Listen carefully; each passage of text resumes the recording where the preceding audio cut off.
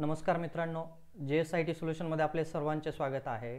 मित्रांनो, तुम्ही कोणत्याही ड्रायव्हर भरतीची तयारी करत असू द्या, तुमच्यासाठी अतिशय महत्त्वाची प्रश्नमालिका जी आहे ती प्रश्नमालिका आपल्या JSIT सोल्युशन या यूट्यूब चॅनलवरती अवेलेबल आहे आणि त्याच्यातील आजचा महत्त्वाचा प्रश्न तुमच्या समोर आहे। प्रश्न व्यवस्थित वाचायचा आहे आणि तुमचं उत्तर जे आहे ते उत्तर मला कमेंट करायचं आहे। प्रश्न बघा काय आहे, क्लचचा मुख्य उद्देश काय आहे? आपल्या गाडीमध्ये जो क्लच असतो त्याचा मुख्य उद्देश काय आहे आपल्याला इथे विचारलेला आहे।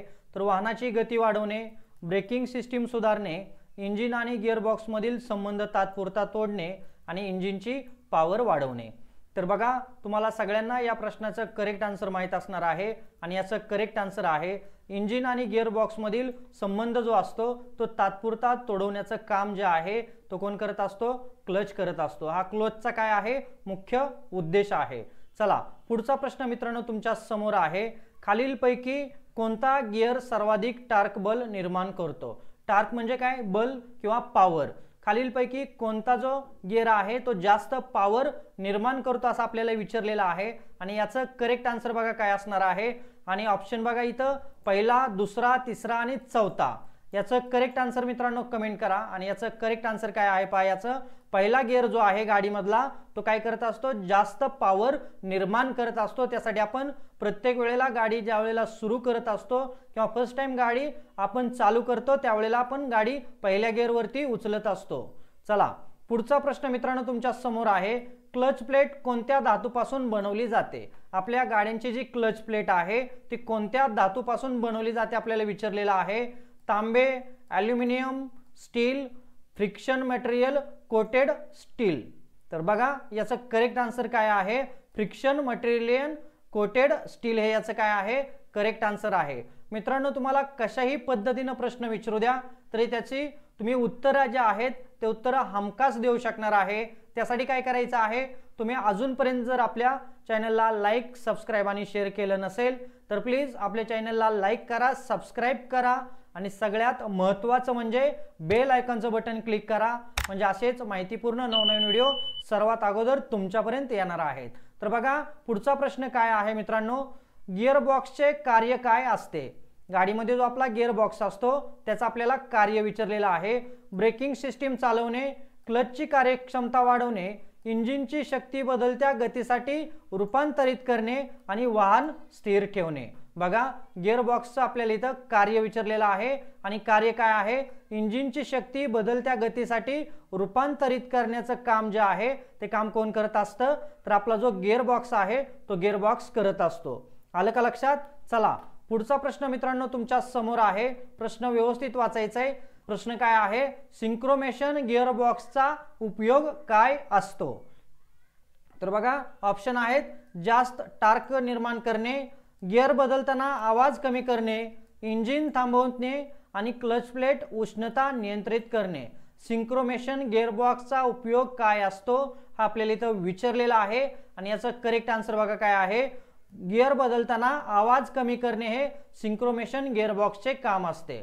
पुढचा प्रश्न पहा तुमच्या समोर आहे, क्लचचा उपयोग कोणत्या वेळी केला जातो? बघा, आपल्या गाडीमध्ये क्लच आहे त्याचा उपयोग कोणत्या वेळी केला जातो आपल्याला विचारलेला आहे। वाहन स्थिर असताना, वाहन चालवताना, गिअर बदलताना आणि हेडलाइट चालू करताना। मित्रांनो, साहजिकच प्रश्न अतिशय सोपा आहे, त्याचं उत्तरही तुम्ही कमेंट केलं असेल आणि याचं करेक्ट उत्तर आहे गिअर बदलताना। पुढचा प्रश्न पहा मित्रांनो तुमच्या समोर आहे, खालीलपैकी कोणत्या प्रकारचा गिअरबॉक्स स्वयंचलित असतो? अतिशय सोपा प्रश्न, लहान मुलांना देखील येईल असा सोपा प्रश्न आहे, परंतु कधी कधी असेच सोपे प्रश्न आपले जम्बलिंग करतात आणि आपलं उत्तर जे आहे ते उत्तर चुकवत असतात। Manual gearbox, sliding mesh gearbox, automatic gearbox आणि कॉन्स्टंट मेश गिअरबॉक्स। खालीलपैकी कोणत्या प्रकारचा गिअरबॉक्स स्वयंचलित असतो? तर याचं करेक्ट आन्सर बघा काय आहे, ऑटोमॅटिक गिअरबॉक्स। चला, पुढचा प्रश्न मित्रांनो तुमच्या समोर आहे, गिअर बदलताना क्लच न वापरल्यास काय होऊ शकते? हे सगळ्यांना आपल्याला माहित आहे, ऑप्शन देखील तुम्हाला दिलेले आहे आणि उत्तर साहजिकच तुम्ही कमेंट करणार आहे। तर बघा, ब्रेक खराब होतो, इंजिन बंद पडते, गिअरबॉक्सचे नुकसान होऊ शकते आणि वाहनांची हेडलाइट बंद होते। बघा गिअर बदलताना क्लच न वापरल्यास काय होतं, इथं तुम्हाला कन्फ्युजन वाले ऑप्शन दिले जाऊ शकतात किंवा ऑप्शन वेगवेगळे दिले जाऊ शकतात आणि बरोबर आहे, तुम्ही उत्तर कमेंट केलेलं आहे. गिअर बॉक्समध्ये नुकसान होऊ शकते. काय होतं, आपण जर गाडी चालवत असताना गिअर बदलताना क्लचच नाही वापरला तर आपल्या गिअर बॉक्सचं नुकसान होऊ शकतं.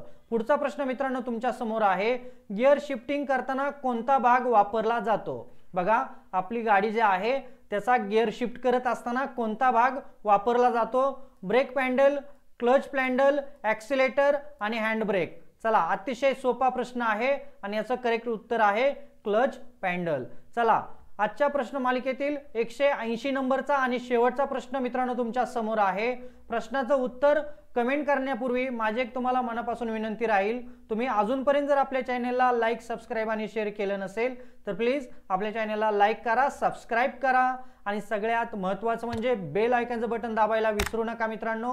म्हणजे असेच नवनवीन प्रश्न सर्वात अगोदर तुमच्यापर्यंत येणार आहे.